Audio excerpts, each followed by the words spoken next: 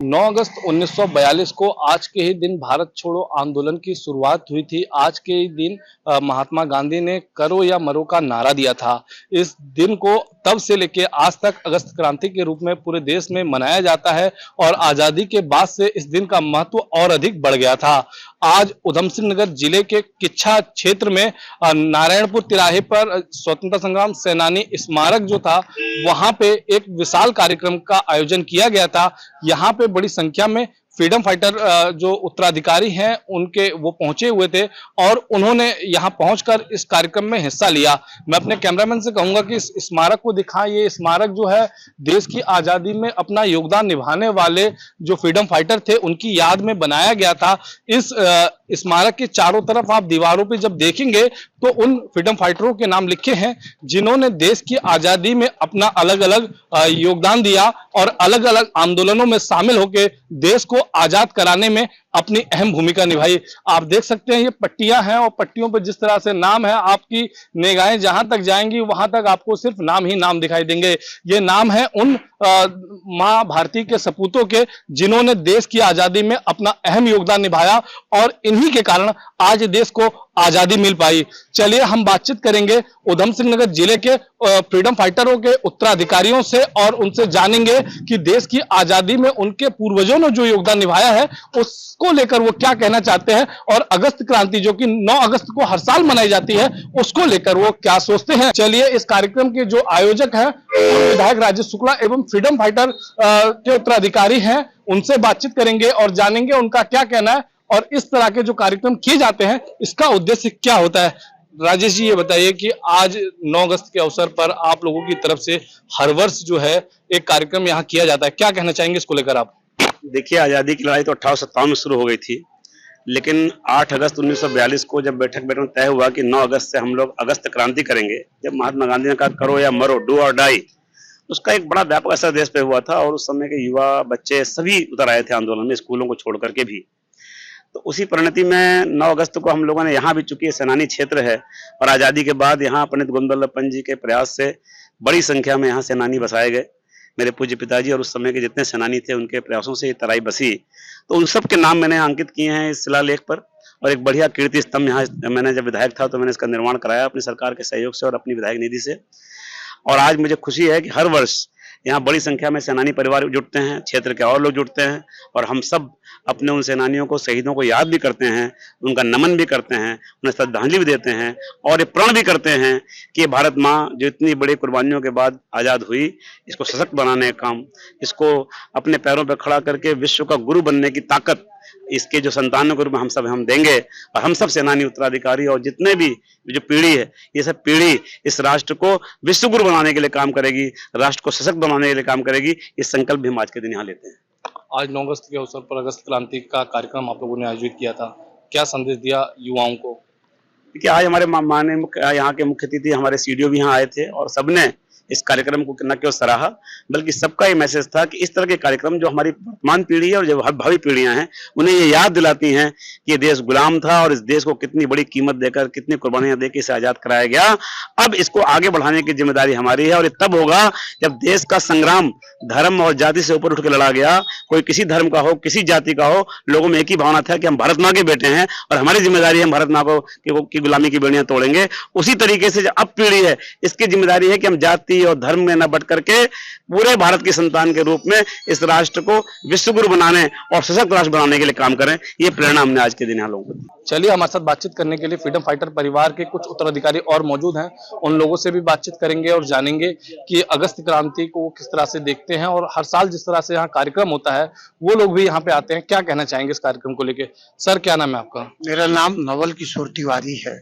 नवल जी ये बताइए कि हर वर्ष यहाँ अगस्त क्रांति के अवसर पर एक कार्यक्रम होता है, क्या कहना चाहेंगे उस कार्यक्रम को लेकर? देखिए, यहाँ कार्यक्रम के बारे में आजादी के पूर्व हम लोगों के पिताजी चौरा चौरी से लेकर के और देश की आजादी के लिए यहाँ के नौजवान उस समय के वो तमाम लोगों ने जिन लोगों ने देश को आजाद कराया, तो जब देश आजाद हुआ तो उसके संदर्भ में गोविंद बल्लभ पंत जी ने इस क्षेत्र को बसाने का कार्य एक प्रारंभ कराया। इतनी ज्यादा यहाँ विभीषिका थी, इतने जंगल थे, कि यहाँ पे इतना मलेरिया का प्रकोप था कि आजादी के बाद भी यहाँ पे कोई आकर के बसने के लिए तैयार नहीं होता था। लेकिन एक जुनून था इन लोगों के अंदर कि हम लोगों ने जो है वो ये भावना नहीं थी किसी के अंदर कि नहीं हमको इसके एवज में जो है वो कुछ दिया जाए। भावना ये थी कि देश अब आजाद हुआ है और इस आजादी में हम लोग जो है वो क्या योगदान दे सकते हैं देश के लिए, क्योंकि एक आर्थिक संकट और अन्न का संकट जो है वो बहुत गंभीर हो चुका था समाज के साथ, क्योंकि अंग्रेजों ने जो है वो कोई बड़ा अच्छा सलूक नहीं किया था और इतना संघर्ष किया था उस समय की युवा पीढ़ी ने कि आ करके यहाँ पे पंतनगर के समीप इन लोगों ने अपना एक समाज को आगे ले जाने का एक प्रयास जो है वो शुरू कर दिया। उसके लिए सब तमाम कुर्बानियां भी दी गई। यहाँ पे मेरी माँ को यहीं पर जो है वो एक चीते के बच्चे ने जो है वो मारा, वो आज भी जिंदा हैं और उनके यहाँ पे दाग है। वो आज भी यहाँ के विषय में बताती हैं कि यहाँ हम लोग कितने कष्ट में रहे थे। उस समय यहाँ के जो जिलाधिकारी थे, पिताजी ने कहा कि यदि हम लोगों को यहाँ पे अगर रहना है तो अब हम लोग ऐसे नहीं रह पाएंगे, हम लोगों को शस्त्र भी चाहिए जिससे हम लोग मुकाबला कर सकें। तो उस समय के वर्तमान डीएम ने, मुझे याद है कि एक ही गांव के 4 लोगों को बिना किसी अप्रूवल के अपनी रक्षा के लिए नियमों को शिथिल करते हुए उन्होंने 4 लाइसेंस दिया था। इतनी भी भीषका के बाद यहाँ के लोगों ने, जो पूर्वी पाकिस्तान और बांग्लादेश से विस्थापित होकर के आजादी के बाद आपने देखा कि कितनी ज्यादा विभिषिकाएं आई, तो वहां से भी तमाम तरह के लोग यहाँ आकर के हमारे यहाँ पर विस्थापित हुए। भाईचारे का एक संदेश यहाँ से गया। हिंदू, मुस्लिम, सिख सारे लोगों ने मिल करके यहाँ पर जो है वो एक इस तराई को जो है वो आबाद किया है, बड़ा संघर्ष किया है यहाँ पे। आपने बताया कि आपके पिता ने आजादी के आंदोलन में योगदान निभाया था। कौन कौन से आंदोलन थे जिसमें योगदान निभाया, और आपको कौन कौन सी कहानियां थी आंदोलन की जो आपको बताते थे? बताते वो थे कि जब ये लोग चौरा चोरी कांड में जब गए थे तो वहां पे 4था नंबर था पिताजी का उस तिरंगे झंडे को पकड़ करके खड़े होने में। उसके पहले जितने नौजवान, क्योंकि इन लोगों ने एक अपनी टोली बनाई थी, उस टोली में ये सौगंध खाया था कि आज हम लोग जो ये तिरंगा झंडा जो फहरा रहे हैं उसको हम गिरने नहीं देंगे, और गोली चलाने का आदेश जो है वहां के जिलाधिकारी ने कर दिया कि जो भी यहाँ पर राष्ट्रीय ध्वज फहराएगा उसको गोली से जो है वो मार दिया जाए। तो ऐसे करते कराते जो है वो जो नौजवान जब ये हुजूम लेकर के चले थे तो जिलाधिकारी के आदेश की परवाह न करते हुए तो 4था नंबर जो था वो पिताजी का था। तब उसने जब ये देखा कि ये बहुत बड़ा नरसंहार हो जाएगा, तब उसने गोली चलाने का जो है वो आदेश दे दिया। तो पिताजी वहीं नीचे उनकी लाश के नीचे जो है वो दबे हुए थे। फिर धीरे धीरे जब लोग जा करके उनको जब देखे तो अभी उनकी सांस जो है वो चल रही थी। फिर ले जाकर के इनको ले जाकर के अपने घरों में रखा गया। ये सोच थी उस समय मेरे पिताजी की।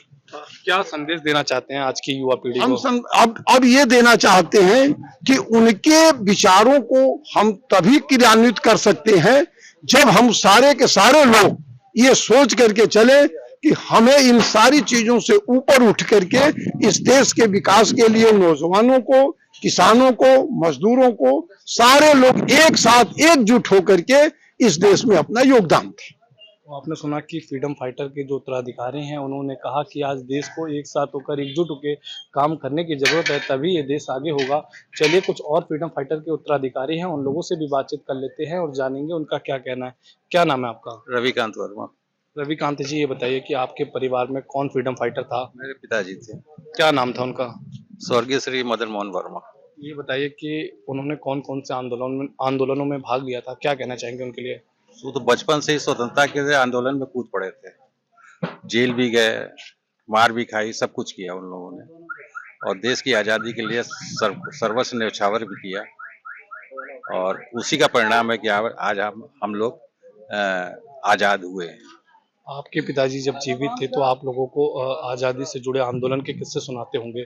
कौन-कौन से किस्से सुनाते थे? क्योंकि मैं बहुत छोटा था तब मेरे पिताजी की डेथ हो गई थी। मैं 3-4 साल का था, इसलिए मैं ज़्यादा उनके बारे में, उनके कहे हुए शब्दों को मैं नहीं बता सकता हूँ। लेकिन फिर भी उन लोगों ने काफ़ी लड़ाई लड़ी और जितना हम लोग मैं जानता हूँ, उतना मैं बता रहा हूँ। आज अगस्त क्रांति के अवसर पर जो कार्यक्रम यहाँ हुए थे, उन कार्यक्रमों में आप शामिल हुए। क्या कहना चाहेंगे इस कार्यक्रम को लेके? स्वतंत्रता की इस तरह के कार्यक्रम जो होते हैं, जो अगस्त क्रांति है या अन्य जो भी है, भारत छोड़ो आंदोलन है जो भी है, इसमें हम लोग इसलिए करते हैं कि हमारी आने वाली पीढ़ी भी आगे इस चीज को समझे और देश के बारे में सोचे कि कैसे हमारे देश को आजाद करवाया हमारे पूर्वजों ने, और इसको बनाए रखने के और देश को आगे बढ़ाने में अपना सहयोग करें। आपने सुना कि फ्रीडम फाइटर के जो परिजन हैं, जो उत्तराधिकारी हैं उन्होंने साफ तौर पे कहा कि आज़ादी का आंदोलन आसान नहीं था। इस आंदोलन को बड़े ही ताकत के साथ लड़ा गया था। कई लोगों ने इस आंदोलन के लिए अपनी बलिदानी दी, तब जाके हमें आज़ादी मिली थी। उन्होंने कहा कि अगस्त क्रांति के अवसर पर जो इस तरह के कार्यक्रम होते हैं, उसका उद्देश्य ये होता है कि आने वाली जो पीढ़ी है या जो युवा पीढ़ी है, उसे देश के आज़ादी में किए गए आंदोलन के और जो संघर्ष हुआ था उसके बारे में भी जानकारी मिले, ताकि वो पीढ़ी उससे प्रेरित होकर देश के योगदान में, देश के विकास में और समाज के कल्याण में अपनी भागीदारी सुनिश्चित कर सके और अपना योगदान दे सके। उधम सिंह नगर से एबीपी लाइव के लिए वेद प्रकाश यादव की report. For exclusive and insightful videos, subscribe to our new channel ABP Live Premium.